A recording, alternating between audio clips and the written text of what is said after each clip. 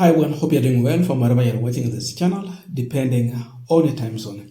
Now, earlier, we had given our opinion in the anticipated Sifuna's press briefing that he had called for. And finally, Sifuna has come out. At the first place, we thought Sifuna will just come alone, that he is a lone ranger.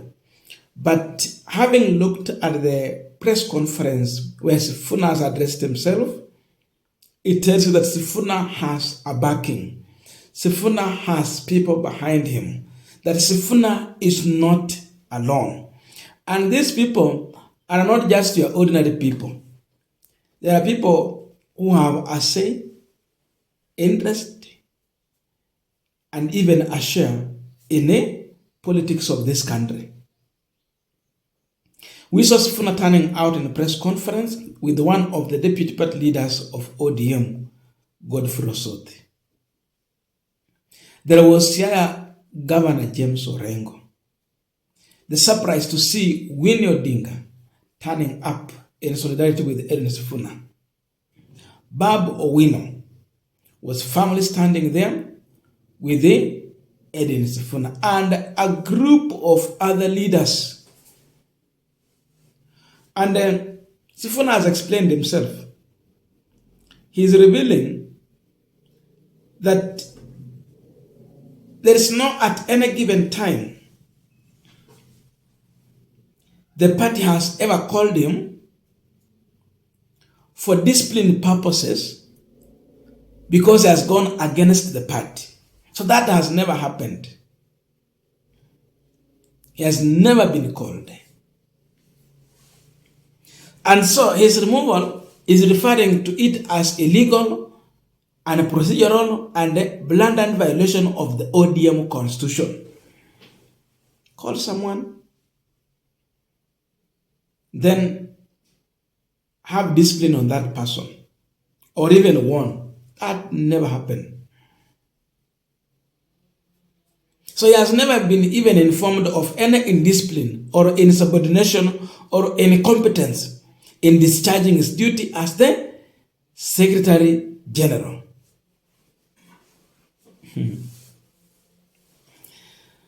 Now, the main reason why he's being removed, he's revealing that he, as an individual, he has refused and opposed any plan and scheme in the party to support President William Samoei Ruto's re-election. He's against that. And therefore he don't support it. Now, as of now, ODM is not in any agreement with the UDA party in the arrangement of any coalition to work together in 2027. Ile wako nayo ni broad-based for short term. But hiyo ingine tibidi they will engage and agree what they will get from there. So nasikia Oburu akisema sisi tuko na interest kubwa sana kwa kiti ya deputy president. So up to there, Sifuna hajavunja sheria zote ama yoyote ya chama cha ODM. Kwa sababu ODM haiko kwa mkataba wowote wa coalition ya 2027 na Mheshimiwa William Ruto ama UDA party. There is something as revealed at the end of the day, that finally he is going to challenge every illegality in the court of law and the public opinion court.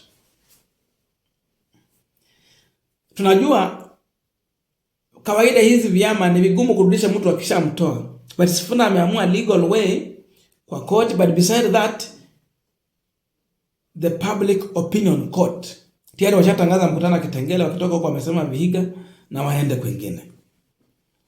So likely they are going to prosecute their case in the public opinion court. There is something Sifuna is looking for here, and he's not alone. They know they will not stay in ODM, but they don't want to get out of ODM right now. Mambo ni mawili. Either warejeshwe kwa nafasi zao ama watoke kwa ODM kama wamesha iharibu. ODM is going to split into two, And this journey has just begun.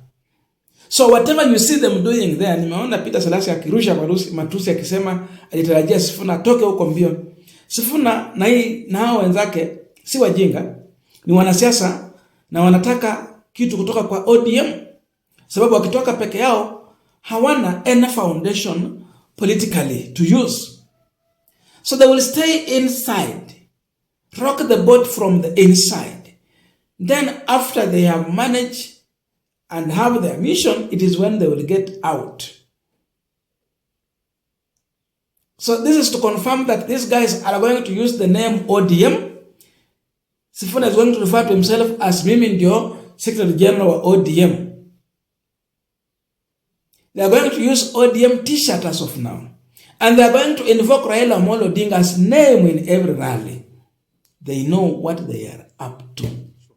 That this action is illegal and procedural and a blatant violation of the ODM constitution as well as the principles of natural justice.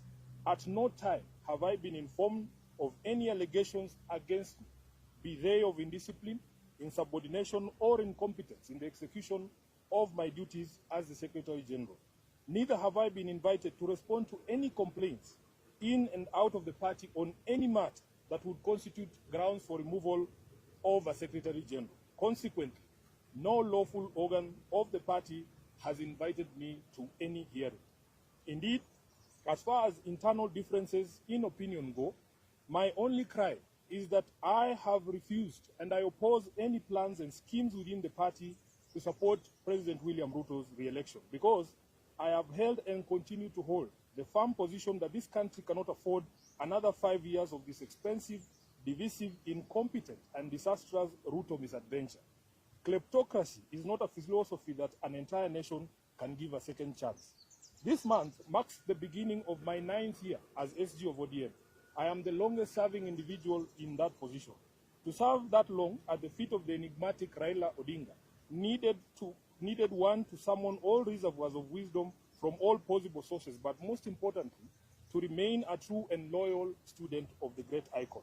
Even in the current circumstances, I would never betray the ideals and principles of my late party leader. I have served this party with loyalty, diligence, and unwavering commitment because I had a leader in Raila who nurtured young people and young leaders and knew how to bring competing interests and egos into one functional movement. Together, we have defended the Constitution, strengthened internal party structures, and safeguarded the voice of millions of Kenyans who believe in social justice and accountable leadership. My record speaks for itself, and it always will. It is in public domain that my opposition to the party's dalliance with Ruto started long before the Right Honorable Raila passed on. He understood my reasons and accommodated them. It is also a known fact that regardless of what political deals Raila struck with different regimes, he would never have allowed his beloved party to be turned into a mere appendage of State House, where decisions are rubber-stamped after instructions are received from the regime. It is painful to note that sections of the party continue to desecrate the legacy and memory of Raila by turning this party into a theater of the illegal. Just last week, on 3rd February, a Gazette notice was released purporting to legitimize the recent changes in party leadership, with the rider asking for public input within 7 days, even though the stated date had lapsed by 3 weeks. Essentially, those who now purport to run the party are aware that, for instance, the new party leader was installed unprocedural and unconstitutional.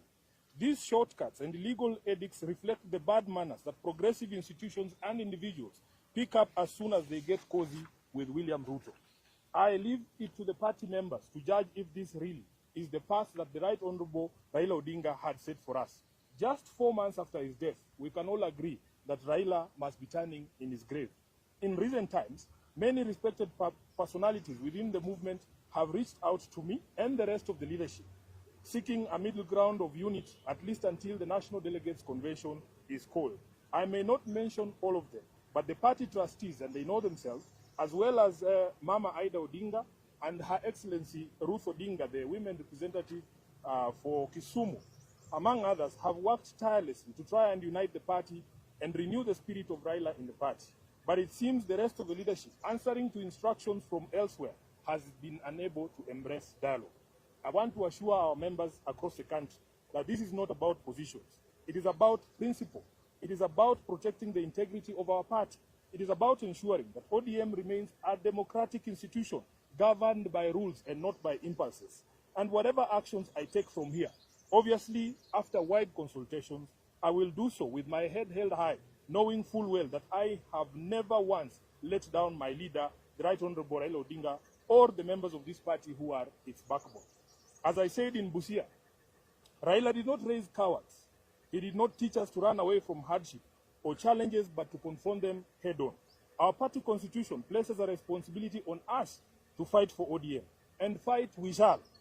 Through all lawful means, we shall fight for this great institution until the very end.